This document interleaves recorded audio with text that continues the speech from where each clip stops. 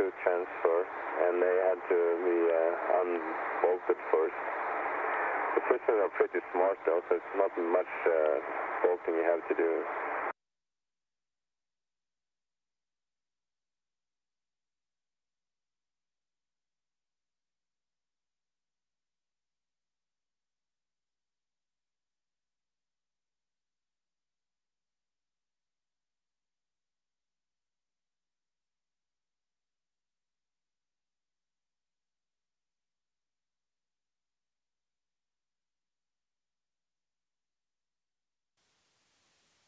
I had the privilege of IVing for Danny and Nicole today, and basically what we do is set up shop on the flight deck, and using the combination of the windows and all the cameras and monitors that we have, we keep track of where they're at. They know the procedures quite well, and yet we still have them in here to remind them what steps may be coming next. We're also talking to the ground for any last-minute changes or updates.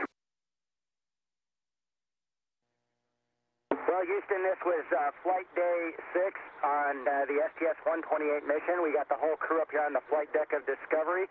Just a little post-sleep action here with exercise on the bike. And we've got everybody getting ready to start the day out there. We had a big day of MPLM transfer, so it's good to get the exercise in early so that we can have uninterrupted time in the MPLM. There's a lot of paperwork which Krister has mostly been tracking for this mission. He's our load master for the MPLM, and I've been trying to help him out with that.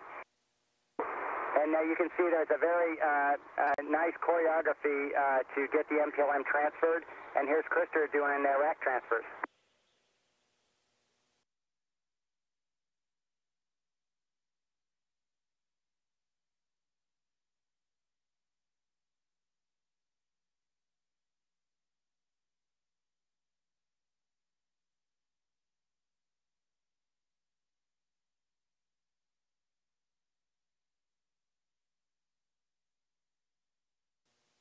Here you see me rotating a rack where we have just a lot of items in the back. A lot of them are scientific equipment. We even have extra food that we carry for the International Space Station crew.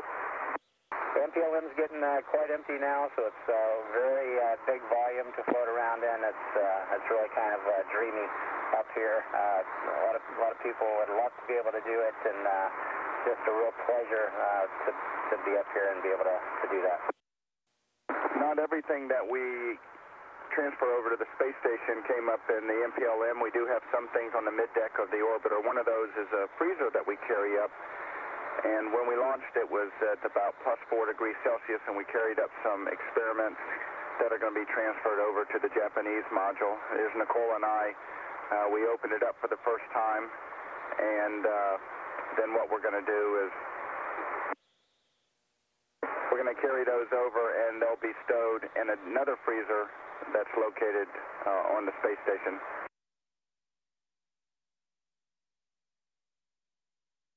Krister Fugelsang, who is continuing to pre-breathe pure oxygen to cleanse the nitrogen out of his bloodstream as he and fellow spacewalker Danny Olivas gear up for the second spacewalk of this flight. A 6.5-hour excursion outside of Quest with the singular goal to install a new ammonia tank assembly on the Port 1 truss of the International Space Station. You can see the extended Canadarm2 robotic arm firmly in the grasp of the old ammonia tank assembly that was removed by Olivas and Stott during the first spacewalk on Tuesday. And then at the rear of Discovery's cargo bay, the boxy object is the subject of today's work. The new ammonia tank assembly, there's a close-up view on its truss structure, its cargo-carrying truss at the rear of the cargo bay, its destination, the Port 1 truss of the International Space Station later today. Kevin Ford now maneuvering the Canadarm2 down to the payload bay of Discovery to meet Krister Fugelsang. Good motion, Krister. Thank you. And it's about the arm is in firm grasp of the old ammonia tank assembly and has been for the past 2 days since it was removed during the first spacewalk by Olivas and Nicole Stott.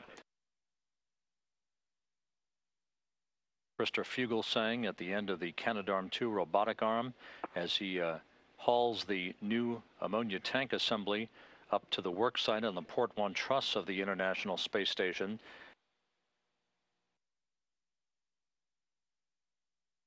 The ammonia tank assembly is now firmly secured in the Port 1 truss of the International Space Station. At 7:24 p.m. Central Time, the new tank is in its parking place on the port side of the International Space Station's backbone.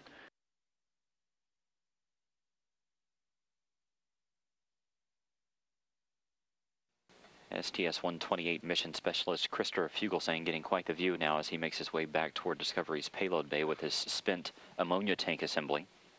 Denny Olivas, meanwhile, moving hand over hand down the station's structure back toward the payload bay.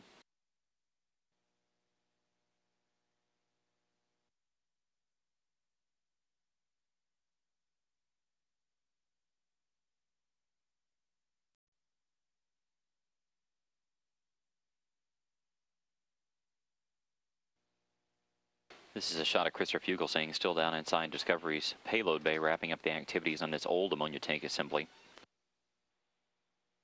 While he is doing that, Danny Olivas is up on the S1 truss, working on an ammonia tank assembly up there. 23rd of GP4. Welcome to Flight Day 7 highlights for STS-128. It's been a great mission. We're getting closed in inside with them so that we can help them with all the procedures and get them ready to go outside on EVA-2. And a big part of the EVA today was robotic operations, where Kevin flew Krista around quite a bit on the arm. This is where Kevin and I were setting up all of the equipment that we need for supporting the robotic arm operations. We've got a lot of different tools that allow us to see what's going on and make sure that the arm and Krista stay clear of the station.